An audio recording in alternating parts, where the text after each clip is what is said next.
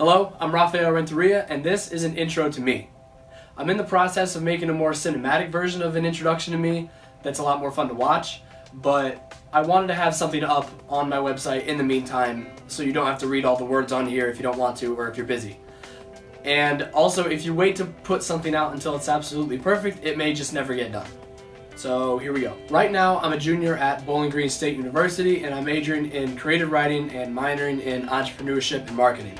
I chose those areas to hold on to my creativity, improve my writing skills, understand marketing, develop my entrepreneurial thinking and my entrepreneurial skills, and use those skills to help the people around me. And that includes my customers and as well as a potential employer. Outside of school and work, I like creating visual art and working out a lot. Bodybuilding is my stress reliever and it's my favorite sport to follow. In a line, my favorite thing to do is to make cool stuff for other people to enjoy. And I want to tell you what I'm all about professionally and what I currently bring to the table. I'm going to touch on a few points. I'm self-aware, I always hold myself accountable, I don't fail, I learn, and I always have this urge to be working towards something bigger. The urge to always be working towards something bigger is displayed by my history going back to elementary school. At that time, I was writing and illustrating comics and stories, and in junior high, I was writing screenplays for a horror and an action movie that I wrote. But my senior year of high school is where it started to get interesting. It was the first year that I realized that I wanted to be in business. And it's also where I started exercising my self-awareness because I tried a bunch of stuff, made mistakes, but here we are. My first bigger project was when I worked on making my own pre-workout formula to eventually sell. I had test samples with the different dosages of the raw ingredients. I had a few lifting buddies and a testing group.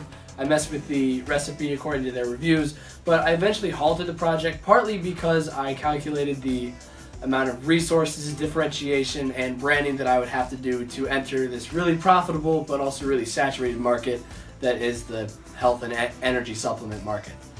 And at 17, I realized I had bigger fish to fry, like I had college coming up, and this wasn't really how I wanted to get into the fitness industry, is what I realized. I also bought and went through a social media marketing agency course because I wanted to get involved with social media and also make money with it. So after I had gotten through the social media marketing agency course, I got my business entity for the agency all set up, I had my website, and I continued learning about social media and how I could help clients with it. But the more I got into it, the more I realized that I would be doing less of the creative and more managing and outsourcing if the agency was going to be as profitable as I had imagined. And I was 18 at this time in June, and I went after people until about December. And I got crazy close with somebody in December. It was a dairy farm that I came close to closing.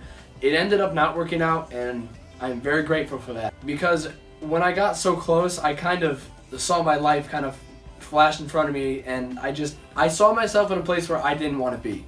It didn't feel right, and I thought I liked social media, but what I actually liked was writing and creating stuff for people to interact with and like. So at this point, I know how to set up an LLC with a business bank account, how to plan a website, how to write. I know that I like fitness, and I've got experience talking to potential customers. And with that, I started a fitness blog towards beginners. And that's not up anymore. It was startlifting.us, and I was going to use that as an Amazon affiliate site. I had written a few articles, and I had a few friends write some articles for it also, but then I realized that I didn't want to build the next bodybuilding.com, and that's kind of what the steps I was taking was working towards. But I really just wanted to write.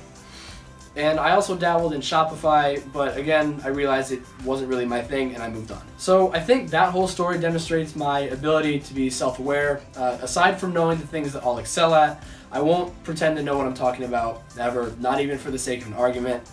But if it's worth the time, or if I need to, I'll educate myself on whatever it is I didn't know, if it helps me or someone else. Something I've noticed about myself this year is that I cannot really complain about anything, and especially not about other people. I hold myself accountable for everything that I do.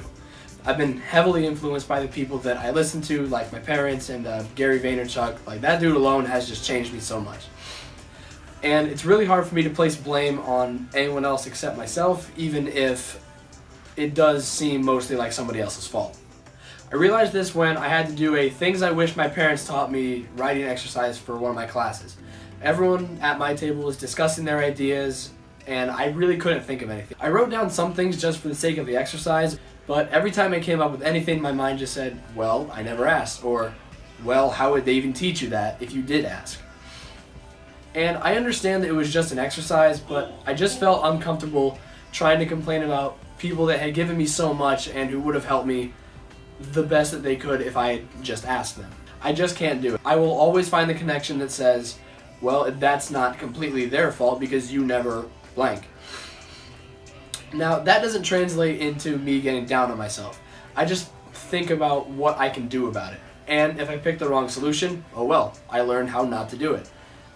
And that leads me into my last point, that I don't fail, I learn. Now, I'll be the first one to say it. It sounds really corny, but it's just another way that my mindset has been rewired by the people that I listen to. Like, if there's a failed relationship, I know what not to do, I know what to do, I know what I like and what I don't like. A failed business project, I know what I don't want to do, and I probably got something out of it. Like, if we go back to the social media marketing agency, yeah, I didn't get experience managing social media strategies for big companies, but I learned basic concepts of online marketing like SEO, blogging, writing copy, website building. And that made making my virtual tour business that I am currently doing a lot easier. Now, my virtual tour service is something that I wouldn't quit even if I had won the lottery. Like, I love going to the businesses, shooting the 360 photos, and creating the tours, and I just have a lot of fun with it.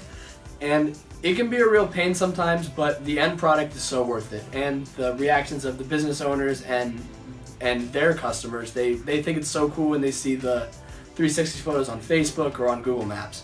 And I'll link that website for the virtual tour agency in the description when this is on YouTube, and there are also links all over the site. So I hope this helped you understand a little better about who I am, or at least sparked your curiosity to want to know more.